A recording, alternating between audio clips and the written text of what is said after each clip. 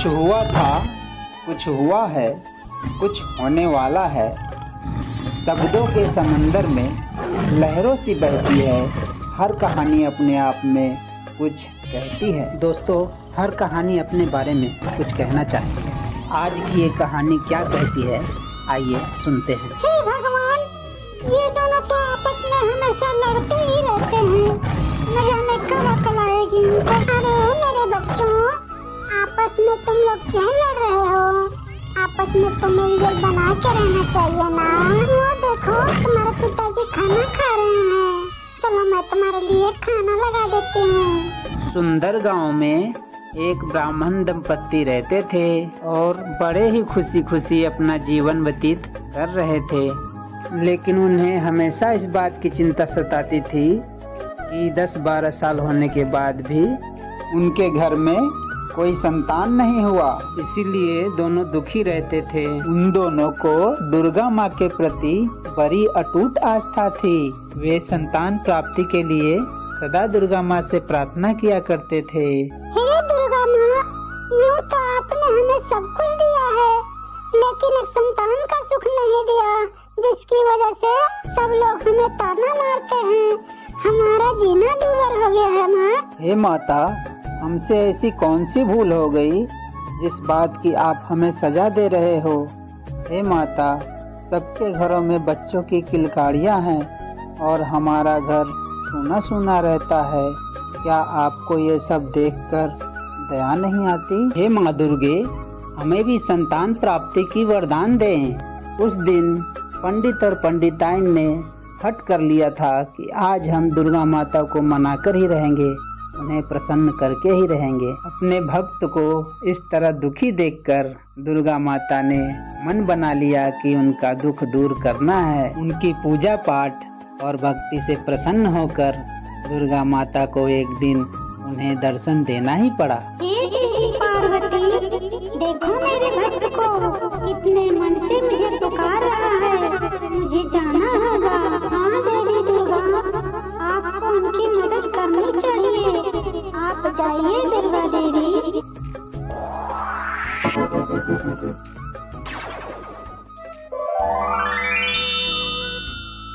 हे भक्त, हम तुम्हारे भक्ति से प्रसन्न हुए। बोलो, तुम्हें क्या वर चाहिए? हे दुर्गा माँ, बहुत दिन हो गए, लेकिन हमारे पत्नी को अभी तक कोई संतान नहीं हुआ। हमें संतान की लालसा है, हमारी लालसा पूरी करे माता। हे दुर्गा माता, हमें सब बांझन कह के बुलाते हैं। हे भक्त, हम तुम्हें पुत्र के रूप में एक शेर, एक बिल्ली और एक कबूतर प्रदान करते हैं।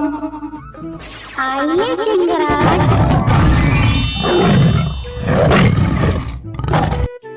आइए बिलाल राज।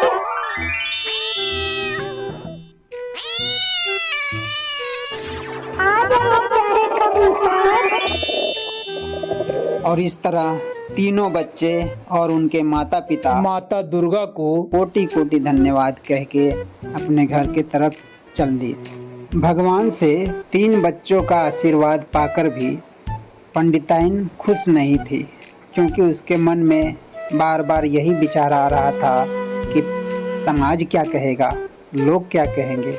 लोग कहेंगे कि इंसानों का बच्चा नहीं मिला तो जानवरों का बच्चा उठा लाई कहाँ से। और अगले ही दिन सारे गांव के लोग उनके बच्चों को देखने आ गए और देखा तो वहाँ तो एक शेर, एक बिल्ली और एक कबूतर थे।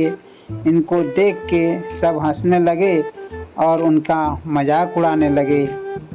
और इसी तरह कुछ दिन बीतता गया। धीरे धीरे बच्चे भी बड़े होते गए। माँ, इसे समझा लो, ये मेरा खाना खा गई है, मैं इसे खा जाऊंगा। हाँ, मैं भी तुम्हें नहीं छोड़ूंगी, नोच लूंगी तुम्हें, काट लूंगी। अरे मेरे बच्चों, आपस में तुम लोग क्यों लड़ रहे हो? आपस में तो मेलजोल बना के रहना चाहिए ना। वो देखो, तुम्हारे पिताजी खाना खा रहे हैं। चलो मैं तुम्हारे लिए खाना लगा देती हूँ। देखो ना भैया, मुझे मार रहे हैं। उनके 2 बच्चे शेर और बिल्ली बहुत ही शरारती थे। वो हमेशा किसी न किसी बात को लेकर लड़ते झगड़ते रहते थे। लेकिन उनका छोटा बेटा कबूतर तो बहुत ही बुद्धिमान था। वो हर रोज सुबह उठकर स्वर्ग लोक चला जाता और वहाँ देवताओं की ज्ञान भरी बातें सुनता था। एक दिन की बात है, कबूतर स्वर्ग लोक में पेड़ पर बैठा हुआ देवी देवताओं की बातें सुन रहा था। तभी भगवान ने कहा, हे देवी, इस बार उस ब्राह्मण दंपति के गांव में बहुत ही भयंकर अकाल पड़ने वाला है। मैंने तो झुंड के झुंड चूहों को आदेश दे दिया है कि जाके उस गांव के सारे खेतों के फसल को नष्ट कर दे। भगवान की बातें सुनकर कबूतर चिंता में पड़ गया और वहां से उड़ता हुआ वो अपने घर पहुंचा। घर जाकर कबूतर ने यह सारी बातें अपने माता पिता को बताई। पिताजी, आज हमने स्वर्गलोक में सुना कि अपने गांव में बहुत ही भयानक अकाल पड़ने वाली है। भगवान ऐसा कह रहे थे। उन्होंने तो कल झुंड के झुंड चूहे को यहाँ पे खेतों को फसल बर्बाद करने के लिए भेज भी दिया होगा। देखते ही देखते ये बात आग की तरह पूरे गांव में फैल गई। अजी सुनती हो, घर का अनाज संभाल के खर्चा करना। मैं तो हमेशा ही संभाल के खर्चा करती हूँ, लेकिन आप आज ऐसा क्यों कह रहे हैं? क्या हमारे खेतों में फसल इस साल ठीक नहीं हुई? माँ, मुझे भूख लगी है, मुझे खाना दो। अरे ले मेरी गुड़िया, खाना खाने भर ही लेना, बर्बाद मत करना, ठीक है? ओके पापा, मैं हमेशा भोजन का सम्मान करूँगी। आज आप अनाज को लेकर इतने क्यों चिंतित है जी? अरे भगवान, तुम्हें पता नहीं, पूरे गांव में यह चर्चा है कि इस साल बहुत ही भयानक अकाल पड़ने वाली है। फिर हम लोग खाएंगे क्या? इसीलिए दाना बचाने को कह रहा हूँ। फिर तो हमें इस समस्या से निपटने के लिए पंचायत बुलानी चाहिए। उसी दिन सारे गांव वालों ने मिलकर पंचायत बुलाई और उस पंचायत में इस समस्या से निपटने का उपाय पूछा गया, लेकिन किसी के पास इसका कोई उपाय न मिल सका। तभी गुड़िया की दादी वहाँ आ जाती है और कहती है, सरपंच जी, इस समस्या का समाधान पंडित जी के पास है। आप उन्हें आदरपूर्वक पूरे परिवार के साथ पंचायत में बुलाइए, आपको इसका समाधान मिल जाएगा। तब सरपंच जी ने पंडित जी को अपने पूरे परिवार के साथ आने को बुलावा भेजा। पंडित जी पूरे परिवार के साथ पंचायत जा रहे थे और मन में सोच रहे थे कि पता नहीं हमसे क्या गलती हुई कि सरपंच जी ने हमें बुलाया है। वहाँ जाके पता चलता है कि गांव में जो अकाल पड़ने वाली बात है उसी के ऊपर बहस छिड़ गई है और उसका समाधान खोजा जा रहा है। सब लोगों को परेशान देखकर बिल्ली ने कहा, सरपंच जी, आप लोग चिंता ना करें, चाहे जितने भी चूहे आ जाए, हम सबको मार के भगा देंगे। हम इनसे निपटने के लिए पर्याप्त हैं। अगले ही दिन झुंड के झुंड चूहे खेतों में आने लगे। अरे बाप रे, कितने मोटे मोटे चूहे हैं। चूहो, भाग जाओ मेरे खेतों में से, नहीं तो आज किसी की जान बचने वाली नहीं है। मैं सबको मार डालूंगी। अभी रुको, मैं भी अपने बिल्ली दोस्तों को बुलाती हूँ। दोस्त, मार के भगाओ इन चूहों को, ये हमारा गांव बर्बाद करने आई है। बिल्ली चूहे को मार मार के भगाती और फिर से बहुत सारे चूहे आ जाते थे। चूहो, भाग जाओ मेरे खेतों में से, नहीं तो आज तुम्हारी जान बचने वाली नहीं है। चला गया यहाँ से, भाग जा, नहीं तो सबको मार डालूंगा। अरे सब भाग गए। अब ये खुशखबरी जाके माता पिताजी को सुनाता हूँ। माँ, मैंने उन चूहों को बहुत मारा और इतना मारा कि वो लोग डर के मारे खेत छोड़ के भाग गए। लेकिन इसमें मुझे बहुत थकावट हो गई, मैं सोने जा रहा हूँ। अरे वाह, मेरा बेटा तो आज बहुत बड़ा काम कर दिया, पूरे गांव की भलाई कर दी। लेकिन मेरे बेटे को थकान हो गई है। जाओ बेटा, सो जाओ। सारे गांव वाले पंडित जी के घर पे ही बिल्ली के आने का प्रतीक्षा कर रहे थे। और ये खुशखबरी सुनकर उनके जान में जान आई। उन्होंने बिल्ली का और उनके माता पिता का आभार प्रकट किया। रोज की तरह कबूतर स्वर्ग लोक में जाके भगवान की बातें सुन रहा था।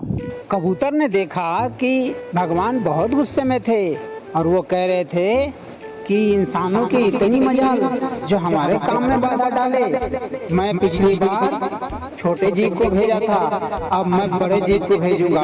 मैं अब हिरणों के झुंड को भेजूंगा और देखते हैं वो लोग क्या करते हैं। भगवान की बात सुनकर कबूतर चिंता में पड़ गया और वहां से उड़कर अपने गांव की तरफ चला।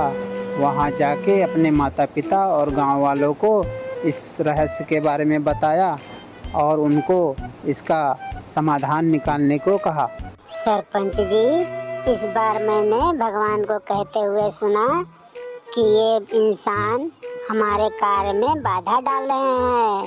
ये छोटे छोटे चूहों से डरने वाले नहीं हैं। इस बार हम हिरण के झुंड को भेजेंगे जो इनके फसलों को बहुत ही जल्दी नष्ट कर देंगे।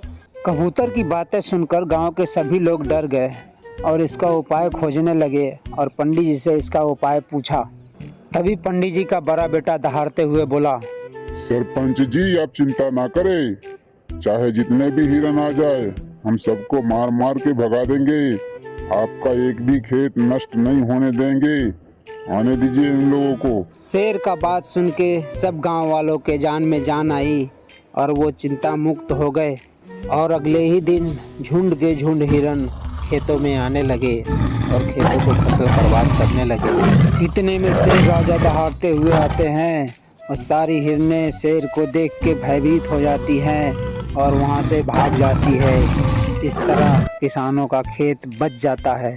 शेर ने जब ये बात आके गांव वालों को बताई तो गांव वालों के खुशी का ठिकाना ना रहा और वो लोग पंडित जी को लाख लाख धन्यवाद देने लगे। रोज की तरह कबूतर फिर स्वर्गलोक चला गया और वहां जाके भगवान की बातें सुनने लगा। वहां जाके कबूतर ने देखा कि भगवान इस बार बहुत ज्यादा क्रोधित थे और वो कह रहे थे, इस पंडित दंपति के गांव के तो सारे मनुष्य बहुत ही होशियार हो गए हैं, हमें इनको सबक सिखाना ही होगा। इन मनुष्य लोगों ने हमारे कार्य में बार बार बाधा डाल के हमें अत्यधिक क्रोधित किया है, हमें इनको सबक सिखाना ही होगा। हम इस बार अपने दूत को भेजेंगे जो विफल हो ही नहीं सकता। तब उन्होंने अपने दूत को बुलाया। अरे दूत, तुम कहाँ हो? यहाँ आओ। उनके बुलाते ही एक तांत्रिक बाबा चले आए और उन्होंने भगवान से अपने बुलाने का प्रयोजन पूछा। हे भगवान, आपने हमें बुलाया और हम धन्य हो गए। हे भगवान, आपने हमें बुलाया है तो इसके पीछे कुछ न कुछ कारण जरूर होगा।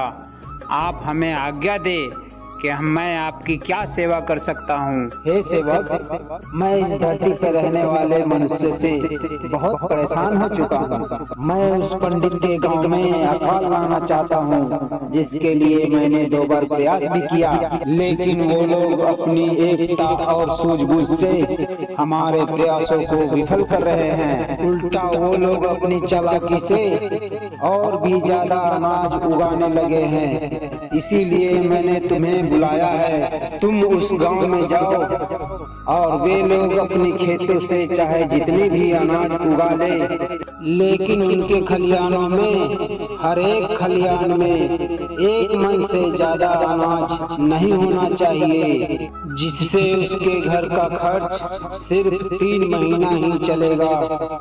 उसके बाद उनके गांव में अकाल पड़ जाएगा। हे प्रभु, वह पंडित दंपति तो दुर्गा माँ के प्रिय भक्त है ना, फिर आप उन्हें अकाल जैसी भयानक विपदा में क्यों डाल रहे हैं प्रभु?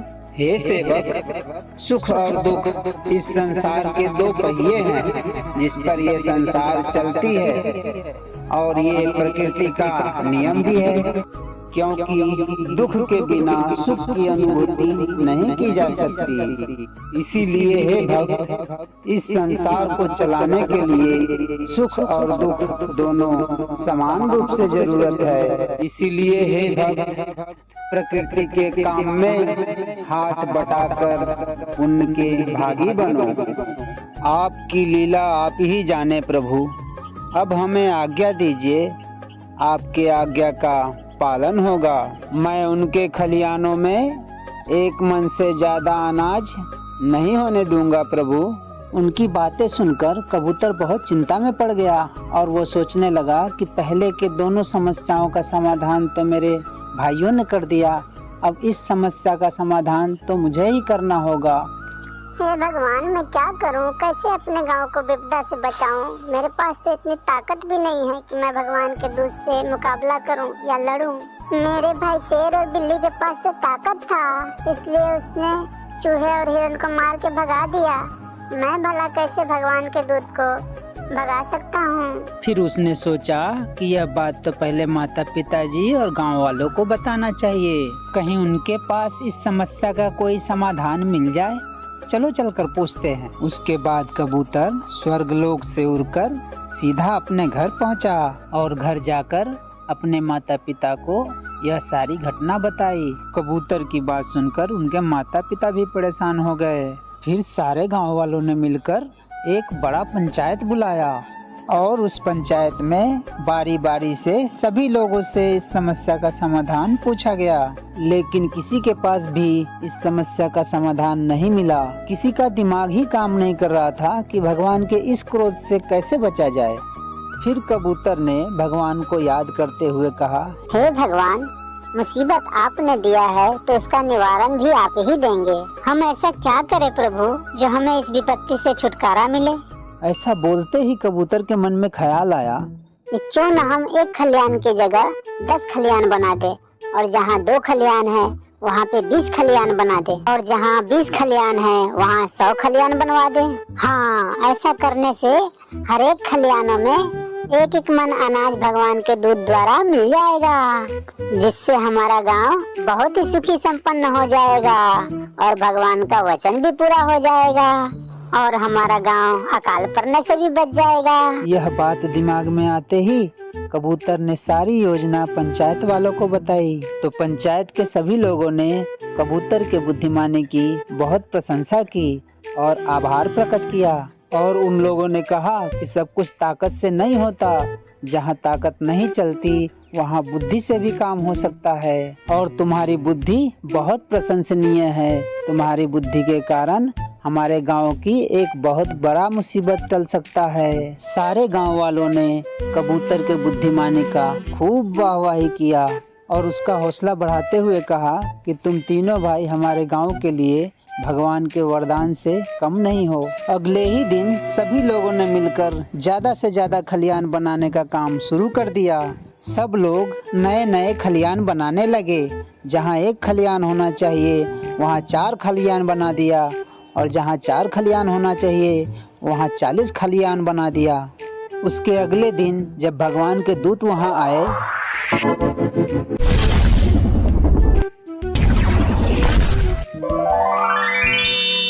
अरे बाप रे, इस छोटे से गांव में जितने घर नहीं हैं, उससे ज्यादा तो खलियान ही खलियान हैं। अच्छा, मुझे क्या, मुझे तो भगवान ने भेजा है सारे खलियानों में एक एक मन अनाज भर देने के लिए, तो मैं अपना काम करता हूँ। फिर उन्होंने जादू का छड़ी निकाला और देखते ही देखते सारे खलियान अनाज में बदल गए।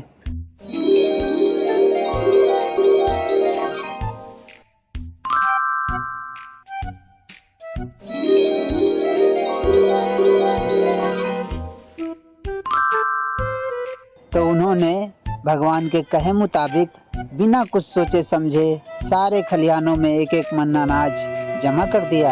अगली सुबह जब सब लोगों ने अपने अपने खलियानों में देखा तो वहाँ का तो नज़ारा ही बदल गया था। अपने छोटे छोटे खलियानों में इतना ज्यादा अनाज देखकर वो लोग बहुत खुश थे, क्योंकि उनके गांव में हर साल के मुकाबले इस साल 10 गुना ज्यादा अनाज हुआ था, जिसे देखकर वो लोग खुशी से फूले नहीं समा रहे थे और वे लोग अनाज को उछाल उछाल कर खूब खुश हो रहे थे। कुछ ही दिनों में वो गांव खुशहाल शहर में बदल गया। दुर्गा माता के वरदान के कारण उस गांव का उद्धार हो गया और वहां के सभी लोग दुर्गा माता का पूजा अर्चना खूब श्रद्धा से करने लगे। ये खबर जब स्वर्ग में देवताओं को मिली तो वो लोग इस बार गुस्सा नहीं हुए, उल्टा उन्होंने कहा कि ये उनके सूझबूझ और एकता का फल है। तो दोस्तों, इस कहानी से हमें सीख मिलती है कि छोटा जानवर जान के हमें किसी का मजाक नहीं उड़ाना चाहिए, क्योंकि जिस गांव वालों ने शेर, बिल्ली और कबूतर का मजाक उड़ाया था, आज उनका गांव उन्हीं शेर, बिल्ली और कबूतर की वजह से इतना खुशहाल हो पाया है।